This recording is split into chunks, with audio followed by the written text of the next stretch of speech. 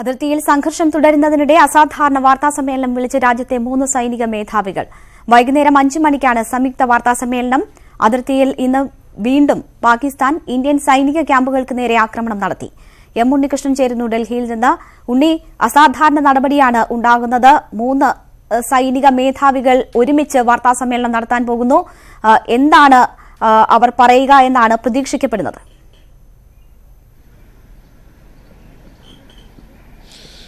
ഈ വാർത്താസമ്മേളനത്തിന്റെ ഔദ്യോഗികമായ അറിയിപ്പ് വന്നിരിക്കുന്നു. സൈനിക മേധാവികളുടെ വാർത്താസമ്മേളനം എന്നാണ് ലഭിക്കുന്ന വിവരം. കര, വ്യോമ, നാവികസേനാ മേധാവികൾ നടത്തുന്ന വാർത്താസമ്മേളനം 5 മണിക്ക് പ്രതിരോധ മന്ത്രാലയത്തിലാണ് നടക്കുക.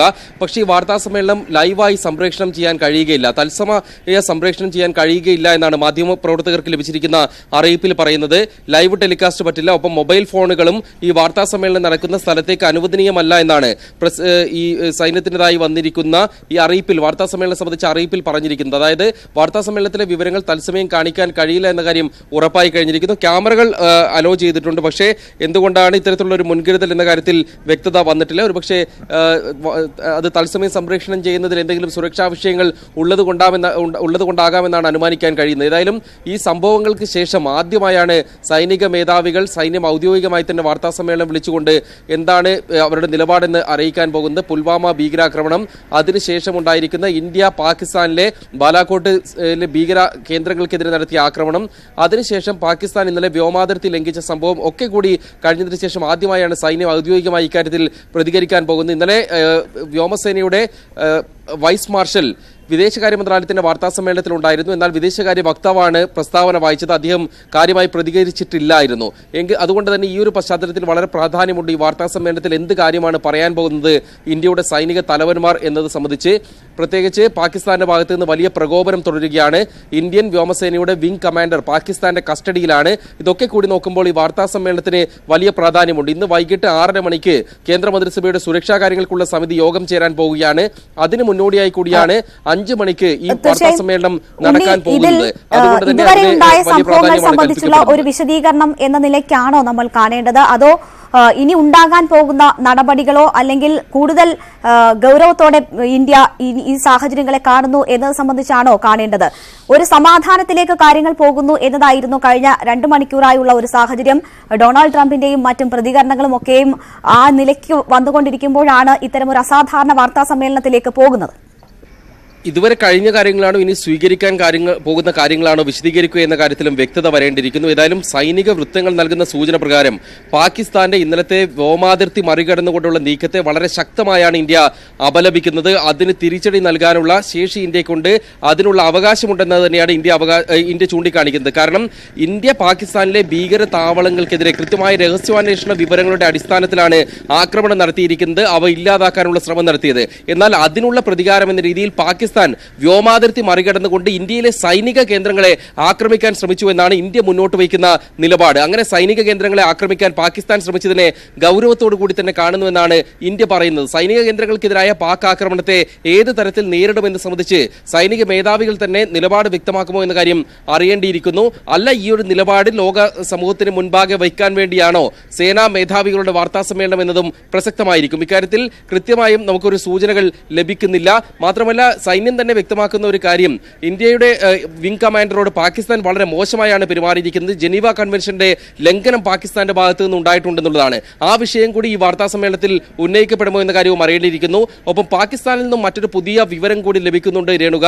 പാകിസ്ഥാൻ വ്യക്തമാക്കുന്നത് വിംഗ് കമാൻഡർ അഭിനന്ദനെ വിട്ടയക്കണമോ എന്നത് സംബന്ധിച്ച് ഒരു ദിവസത്തിനുള്ളിൽ തീരുമാനം ഉണ്ടാകുമെന്നുള്ളതാണ്. 1-2 ദിവസത്തിനുള്ളിൽ ഇത് സംബന്ധിച്ച തീരുമാനം പാകിസ്ഥാന്റെ ഭാഗത്ത് നിന്ന് പ്രതീക്ഷിക്കാമെന്ന് വിദേശകാര്യ മന്ത്രാലയ വക്താവാണ് പറഞ്ഞിരിക്കുന്നത്. അമേരിക്കൻ പ്രസിഡന്റ് ഡൊണാൾഡ് ട്രംപ് തന്നെ ഇന്ത്യയിൽ നിന്നും പാകിസ്ഥാനിൽ നിന്നും നല്ല വാർത്തകൾ പ്രതീക്ഷിക്കുന്നു എന്നാണ് പറഞ്ഞിട്ടുള്ളത്. ഇതെല്ലാം കൂടി വായിച്ചു നോക്കുമ്പോൾ പാകിസ്ഥാൻ ഒരുപക്ഷെ ഇന്ത്യൻ വിംഗ് കമാൻഡറെ വിട്ടു നൽകാൻ തയ്യാറാകുമോ എത്രയും വേഗം എന്ന കാര്യമാണ് നമുക്ക് കാത്തിരുന്ന് കാണേണ്ടത്. അതിനുള്ള അനുകൂല നടപടികൾ ഉണ്ടാകുമോ എന്ന കാര്യം. ഉണ്ണി, ഒപ്പം തന്നെ സൈനിക മേധാവികളുമായി പ്രധാനമന്ത്രി ഉൾപ്പെടെയുള്ളവർ കൂടിക്കാഴ്ച നടത്തുന്നു. പ്രതിരോധ മന്ത്രി നേരിട്ട് ജമ്മുകാശ്മീർ സന്ദർശിക്കാൻ പോകുന്നു എന്ന വാർത്തകൾ വരുന്നു. ഇന്ത്യ എങ്ങനെയാണ് ഈ സാഹചര്യങ്ങളെ കാണുന്നത്? കഴിഞ്ഞ ദിവസം പുൽവാമ ഭീകരാക്രമണത്തിന് അതിശക്തമായ മറുപടി നൽകി, പാക് മണ്ണിൽ ചെന്ന് അങ്ങനെ ഒരു മറുപടി നൽകി എന്ന ഒരു സാഹചര്യം. അതിനുശേഷം അല്പം പ്രതിരോധത്തിലാകുന്നു. ഇന്ന് നയതന്ത്ര തലത്തിൽ ഇന്ത്യക്ക് വലിയ രീതിയിൽ മുന്നേറാൻ കഴിഞ്ഞിരിക്കുന്നു. ലോകരാഷ്ട്രങ്ങളുടെ പിന്തുണ ഇന്ത്യക്കൊപ്പമാണ് എന്ന് ഉറപ്പുവരുത്താൻ കഴിഞ്ഞിരിക്കുന്നു. അതിനുമപ്പുറം ഒരു മറുപടി പാകിസ്ഥാന് നൽകണം എന്ന നിലയ്ക്കാണോ കാര്യങ്ങൾ? അതിനുള്ള കൂടിയാലോചനകളാണോ അവിടെ പുരോഗമിക്കുന്നത്? നമുക്കങ്ങനെ കരുതാൻ കഴിയുമോ? രേണുക, അതായത് ഇന്നലെ ഇന്ത്യൻ വിംഗ് കമാൻഡറെ പാകിസ്ഥാൻ പിടികൂടിയതിനു ശേഷം, പാകിസ്ഥാന്റെ കസ്റ്റഡിയിലായതിനു ശേഷം ഇന്ത്യ അല്പ പ്രതിരോധത്തിലായിരുന്നെങ്കിലും അതിന് നേരിടാനുള്ള വിശദമായ ചർച്ചകളും നടപടികളും തന്നെയാണ് പരിശോധിക്കപ്പെട്ടിരുന്നത്. കാരണം സൈനികൻ ഇന്ത്യക്ക് വേണ്ടിയുള്ള വലിയൊരു ദൗത്യത്തിലായിരുന്നു. അതിനിടെയാണ് പാകിസ്ഥാന്റെ ഭാഗത്ത് നിന്നും ഇങ്ങനൊരു പ്രകോപനം ഉണ്ടാവുകയും പാകിസ്ഥാന്റെ കസ്റ്റഡിയിലാവുകയും ചെയ്തിരുന്ന ഒരു സംഭവം ഉണ്ടായത്. അതിനെ സൈനികനെ വിട്ടുകിട്ടുക എന്നതിൽ തന്നെയായിരുന്നു ഇന്ത്യയുടെ പ്രധാനപ്പെട്ട ഊന്നൽ. അതോടൊപ്പം തന്നെ പാകിസ്ഥാൻ വ്യോമാതിർത്തി മറികടന്നതിന് തിരിച്ചടി നൽകുക എന്നൊരു ഉദ്ദേശം കൂടിയുണ്ട്.